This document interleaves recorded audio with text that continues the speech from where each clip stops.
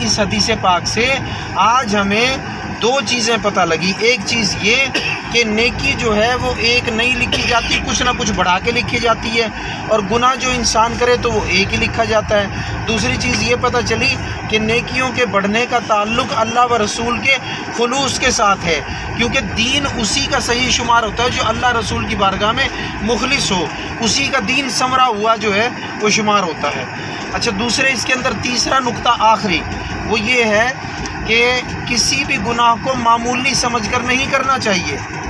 اگرچہ گناہ ایک کیا تو ایک ہی لکھا جاتا ہے، لیکن یہ سمجھ کر گناہ کرنا کہ اگر میں ایک گناہ کروں وہ ایک ہی تو لکھا جائے گا، میں نیکی جو ایک کروں گا تو اس کے بدلے میرا گناہ ختم ہو جائے گا، تو اس طرح کے آسرے نہیں رکھنے چاہیے۔ اس کی وجہ یہ ہے کہ بسا اوقات انسان کی پکڑ کسی ایک گناہ کی وجہ سے ہو جائے گی، تو اس لیے ڈرتے رہنا چاہیے کہ کہیں جو گناہ کا ارادہ کیا ہے یہی وہ گناہ نہ ہو کہ جس سے میری پکڑ ہو جائے اور میری آخرت برباد ہو جائے اور قیامت کے دن میرے لیے نعوذ باللہ جہنم کا فیصلہ ہو جائے، اللہ معاف کرے۔ تو اس لیے کبھی بھی یہ سمجھ کر گناہ پہ دلیر نہیں ہونا چاہیے کہ گناہ ایک اگر کیا جائے تو ایک ہی لکھا جاتا ہے، تو یہ سمجھ لینا چاہیے کہ ایک گناہ کی وجہ سے بھی پکڑ ہو سکتی ہے، اعمال بھی برباد ہو سکتے ہیں، جہنم کا فیصلہ بھی ہو سکتا ہے، لہٰذا ایک گناہ سے بھی بچنا چاہیے۔ کچھ لوگ یہ شکایت کرتے ہیں کہ ہمارا دل بہت زیادہ سخت ہو گیا ہے، کوئی ہدایت، کوئی نیکی کی بات، کوئی نماز، قرآن، کوئی چیز معاذ اللہ ہمارے دل پہ اثر نہیں کرتی۔ اس کی وجہ کیا ہوتی ہے؟ وجہ میرے دوستو یہ ہوتی ہے کہ فارسی کا مصرع ہے، فرمایا ہر گناہ زنگیست پر مرآت دل، یعنی ہر گناہ جو ہے وہ دل ایک شیشے کی مانند ہوتا ہے، تو جب انسان ایک گناہ کرتا ہے تو ایک سیاہ نقطہ اس کے دل پہ لگ جاتا ہے، اور یہ حدیث پاک میں بھی اسی طرح آتا ہے۔ تو فرمایا پھر وہ جب گناہ پر گناہ کرتا چلا جاتا ہے اور سیاہی کے نقطوں پر نقطے چڑھے چلے جاتے ہیں، پھر کئی خول کے خول سیاہی کے قلب پہ چڑھ جاتے ہیں، اور اس کے بعد نہ ہدایت اثر کرتی ہے، نہ تلاوت قرآن، نہ نماز۔ تو میرے دوستوں، اگر کسی کا دل ایسا ہو یا ان مراحل میں ہو تو اس کو رونا چاہیے، توبہ اختیار کرنی چاہیے، نیک اعمال کرنے چاہیے، اور اللہ سے دعا کرنی چاہیے کہ مولا میرے دل کو بدل دے، اسے نیک کر دے، اسے نرم خو کر دے، اس کو ایسا کر دے جیسا تیرے نیک بندوں کا دل ہوتا ہے، ٹھیک ہے نا؟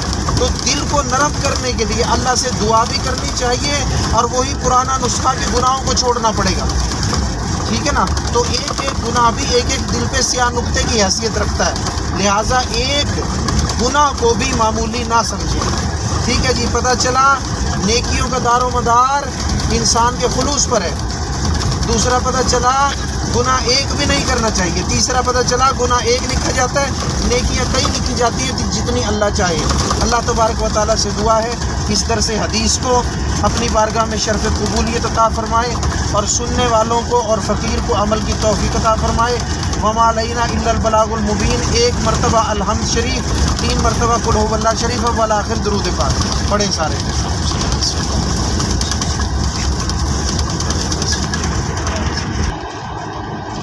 جو کچھ پڑھا میرے مل کریں دعا فرمائیں۔ اللہم صلی علی سیدنا محمد وعلی آل سیدنا و مولانا محمد وبارک وسلم۔ یا اللہ یہ ختم شریف جو پڑھی میرے مالک و مولا، آقا علیہ الصلوۃ والسلام کی بارگاہ میں ختم شریف کا ثواب بھی، اور جہاں وہ حاضر موجود محفل میں تبرک ہے، تمام تر ثواب کو آقا علیہ الصلوۃ والسلام کی بارگاہ میں پیش کرتے ہیں، اللہ قبول فرما۔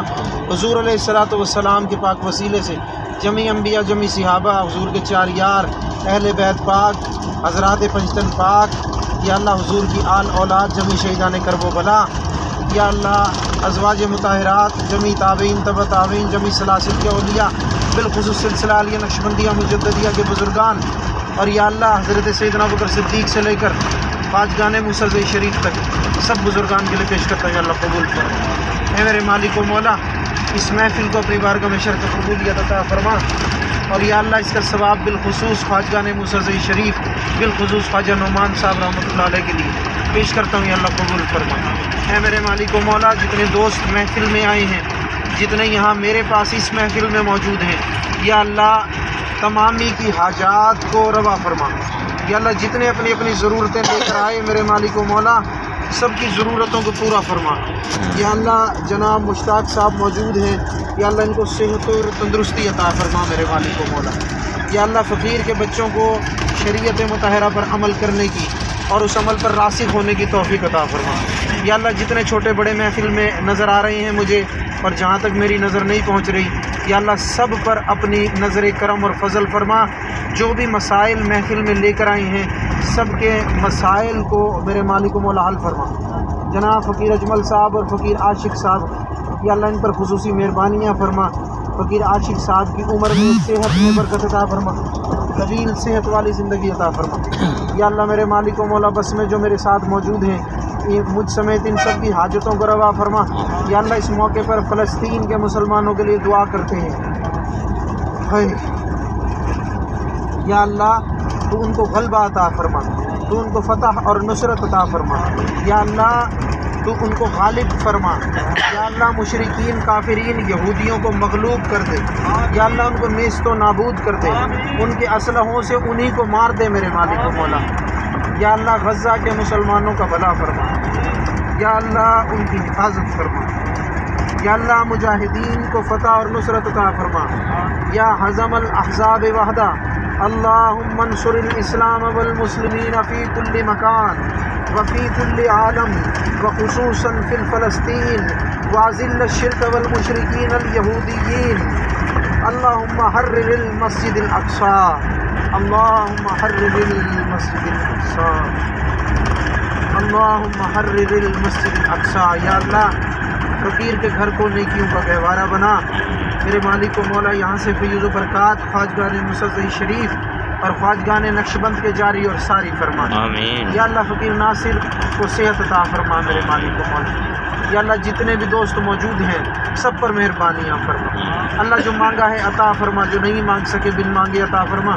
ربنا تقبل منا انک انت السمیع العلیم وتب علینا انک انت التواب الرحیم۔